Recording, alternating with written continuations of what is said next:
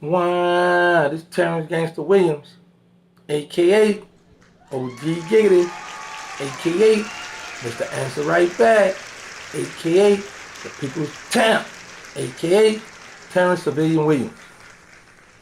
Tunes, Assalamu alaikum wa rahmatullahi wa barakatuhu. Beloved, pull up. Pull up, beloved. We gotta correct some stuff, beloved. You know, I was sitting back, I was happy to see my bro, doing this thing and everything, but I have to correct two things. It's mandatory, matter of fact. And the first one I'm gonna deal with is Stone, Killer Stone. The last time Killer Stone went out of town, went to an event, was in '94 to the Freaknik with Doon and Sturdy Mosquito. That when I was locked up for the homie, for the deletion. Bro, first thing first, it is not, well, it was not Stone's character to put his hand on a female. That's number one. Number two, Stone not gonna do no little boy stuff talking about I'm Stone out the Magnolia. That wasn't him. Majority of people already knew who he was around the city anyway. Stone had us. So if he was gonna move anywhere, it was gonna be one of the hot boys that was moving out with him. One of us.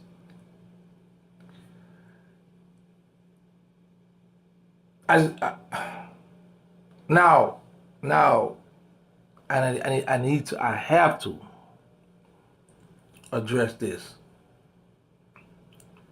Bro, you stated that me and you was in the car, and you said, let me see your gun, let me see your tool, whatever. And you said, see, this is the one close you could get. A lot of people might know him as Gangsta. But we were chilling one day. I think I was driving him somewhere. He was going somewhere on one of his peoples and stuff. So we in the car together. So I had asked him. I say, Gangsta. I said, let me see your pistol. So he had gave me his pistol. I said, see, I said, it's the one that's closest to you that can kill you. You know what I'm saying? So, you know what I'm saying? There was, you know what I'm saying? Now this was, you know what I'm saying? That they're showing them, you know what I'm saying? Man, we have trust, you know what I'm saying, for, you know what I'm saying, for one another. You know what I'm saying? And even in that, you know what I'm saying, in that situation, I wanted this to show him, you know what I'm saying, because he was comfortable with me. Now, he wouldn't give his pistol to no one, you know what I'm saying, but it was comfortable with me on the fact, you know what I'm saying, that they know, man, you know what I'm saying, I would never hurt one of my friends, you know what I'm saying, I would never backstab one of my friends, you know, and that's the lowest thing that a person could, you know what I'm saying, that a person can do. Bro. Let me give you a little history lesson. And I'm going to remind you of something that you never spoke on. When I was about 12 years old, one of my brothers, it's in my documentary, came and got me. That's when I did my first shooting. And the lesson I was taught, I jumped in the front seat, and there was a female behind me. Put a gun to the back of my head. And he said, man, you don't never let nobody sit behind you. I was like 12 years old when I learned that lesson. In 1992, when you still was a little youngster juvenile, Eric Maurice, out the Magnolia, taught Black and Mo and myself, when you pull up at a red light, do not pull up on a car all the way. Give it a little space, because you never know somebody come at you, you might need to spin off.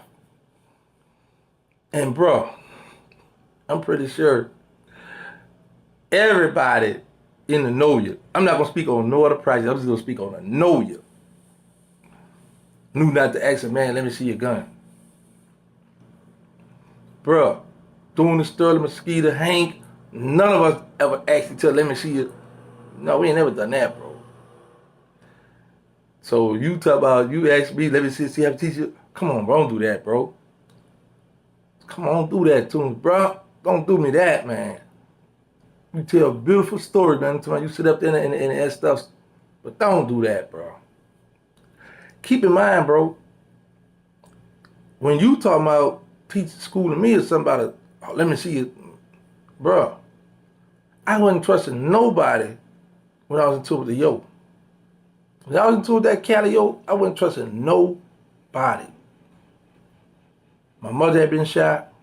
My truck had been hit up. And you think I'm gonna let you jump in the truck like, here, let me see something, here you go. Bro, for real, bro? Like, this what we doing now, bro? But the most important thing that I know you didn't speak on was, I help you with your career. I know you don't remember what you're talking about. Because you know your baby mother stayed next door to me. Remember, you used to come into Magnolia, come in an apartment, in my mother's apartment, and I would give you that heroin. Here you go. Leave, do your thing, come back. One time I gave you some heroin, you didn't come back. I was like, oh, I ain't tripping. But then when you finally came back, you had a tape in your hand. You said, listen to this. You said, bro, I know I owe you, but I spent the money on studio time, man. I'm going to make it, man. I'm looking at it like, what, man? But as you played, I was like, boy, yeah, you got yourself something. Boy, yeah, you going to do something. And you kept at it. And when I went to the feds, you signed with No Limit Records, the Gambino family. But to correct the one who was interviewing you saying how was it that you signed with in the Magnolia, first of all, when Dub got arrested in 96, the beef had started kind of slowing down. I got arrested in 98 by the feds. So you ain't signed with No Limit till like, what, 99, 2000 somewhere.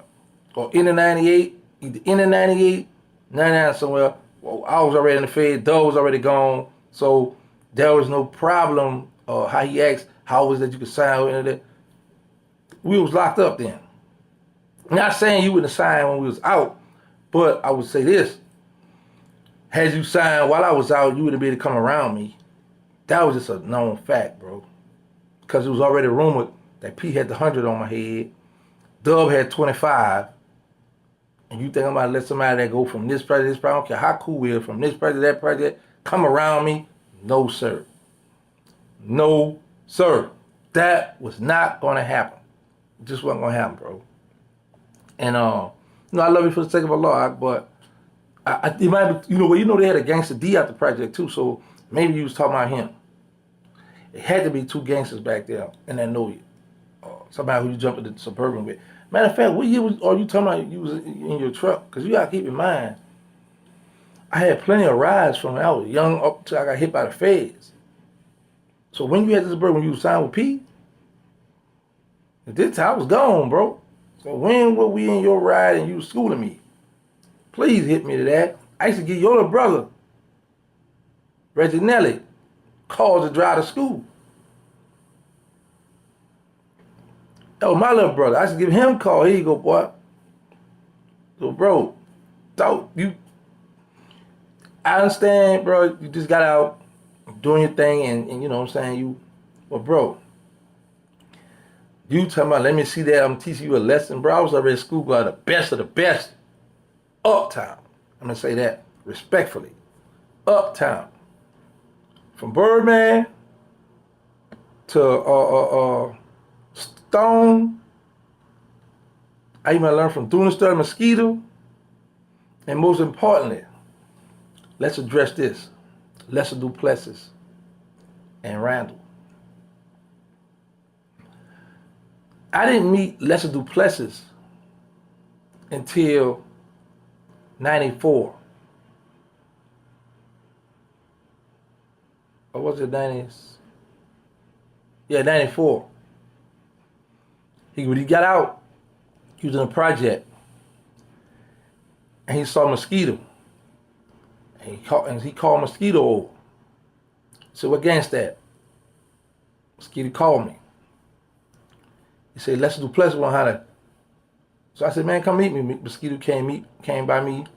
We talking. I said, what's up? What he on?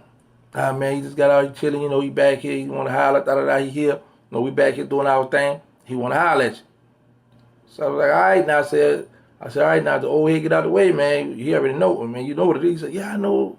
So when we went by Uncle Lester, he was hanging at Dana on Washington and Robinson, between McNew and Robinson. We go there, we talk, we let him know his plans, because he ran to know you from back in the game. But he respectfully knew that we was out now. He must told his wife Cerelia who we were. She ran the background check on us. So Lester didn't recruit me back then when you got recruited with Lester, bro. That wasn't me. At this time, I would live around Philip and Clara. My homie Patrick Bridges, Ron, Santana, all them was around Philip and Clara then, bro. Actually, I was living on Philip, Robinson, and Magnolia, around that area when I was 12. I used to play football for Taylor Park. So we did get recruited together, bro, especially by Lester Duplessis. After Mosquito and I had to sit down on Lester Duplessis in '94, at this time I done took the lid off. I ain't a little gangster no more. I'm just gangster. After we had to talk with, sit down with Lester, then Lester had Randall come over, and Lester introduced us to Randall. Actually, I had seen Randall in '93 when doing the Sterling Mosquito myself, when Dub called to come across Claiborne. The stun on us when he had his grill in his mouth, his gold top and bottom, he had Randall in the car with him then, and we met Randall.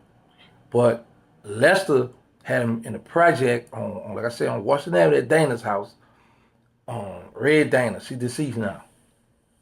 And we started kicking it. So Lester, Randall, Mosquito, and myself had a heroin shop right on Washington Avenue out of Dana's apartment. But that's one thing about OG Giggity. I love giving a fun fact history, you know what I'm saying? Because, some people be forgetting, and me too, I forget a lot too. But certain things I remember because I've been locked up so long that all I do is sit back and reflect on. I remember this year we did this. I remember this year. I remember the females I had sex with. I remember the crackheads I had sex with. That's how deep it go, man, with me. But me giving somebody a pistol to my here, no indeed. No sir.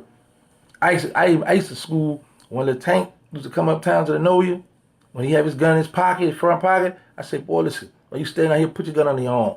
So if somebody come, you can reach and work. I was against having it in the pocket. Only time I had two guns in the small of my back is when I was wearing my polo shirt button down and I have it tucked in with my jacket on when I used to go to Delgado Community College. I used to have them back here so people would think I wasn't strapped, or the police saw me with my little book bag. I had a red Tommy Hilfiger book bag. When people see me with my book bag, they think I ain't strapped, and it's right back here. I had two of them, but then that's the day I met with Stone and Drive. That's when we had a little problem going on.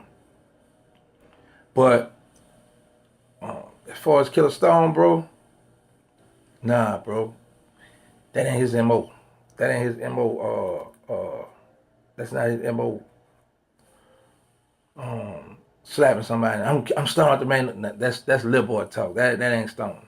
That's why so many people love Stone, because he was a big dude, but he was respectful, very kind-hearted, smooth player.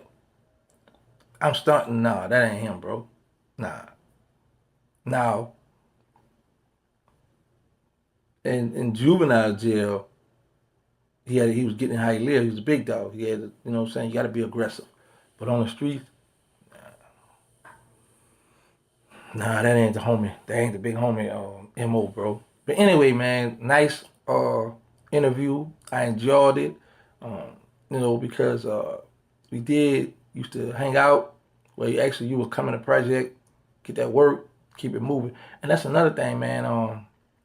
When I was at Walter Callio, a lot of people were scared to come around me. A lot of people were scared to be seen around me because they didn't want to get caught up in that yo with me and that yo. That's just how scared it was of the yo. A lot of people respected that Callio. It was three of us going at that Callio. Three of us. That's Blabber, Habizo, and myself. That's it. That's it, us three, bro. And a lot of people didn't want to be around, let alone let me get in their car. Nobody would let me, nah, you ain't getting here. Nah, bro.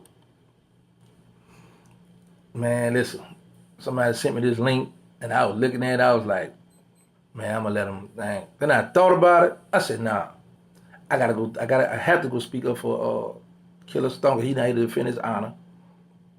And I have to speak up about this gun teaching me a lesson.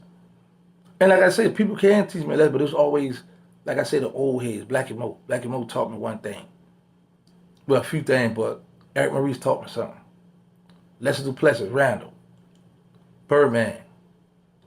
All this early on in my day. So by the time 96 come, man, listen, ain't no more teaching lessons. I was the professor. But anyway, man, y'all know the motto. Say no to the drill, let's stop the violence. Put them guns down.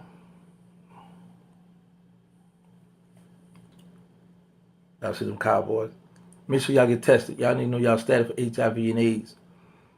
We got the nonprofit, they need us. We got the Instagram, they need us. Third Ward. We about to start casting for the movie. Thank y'all for all the love, support. Oh, I got the Roku channel, Terrance Gangsta Williams Network. Make sure y'all download that. Oh, one more thing. I only have one Instagram. And that Instagram is Terrance Gangsta Williams Home. All one word. That's the only Instagram I own. I don't have no other Instagram. Somebody got a fake Instagram with Terrance Gangsta Williams on there. Got like 4 followers or something on there, asking people for tickets or asking people. Y'all know that ain't me. Come on, man. I have one Instagram and have 47.1K followers. I don't have no other Instagram. I only have one Facebook. I have one Instagram, one Facebook. And y'all know I'm not on that bull crap. I'm not going to be disrespecting nobody, cussing nobody, fussing with nobody. Y'all know that's not me. Anyway, thank y'all for all the support. Wah.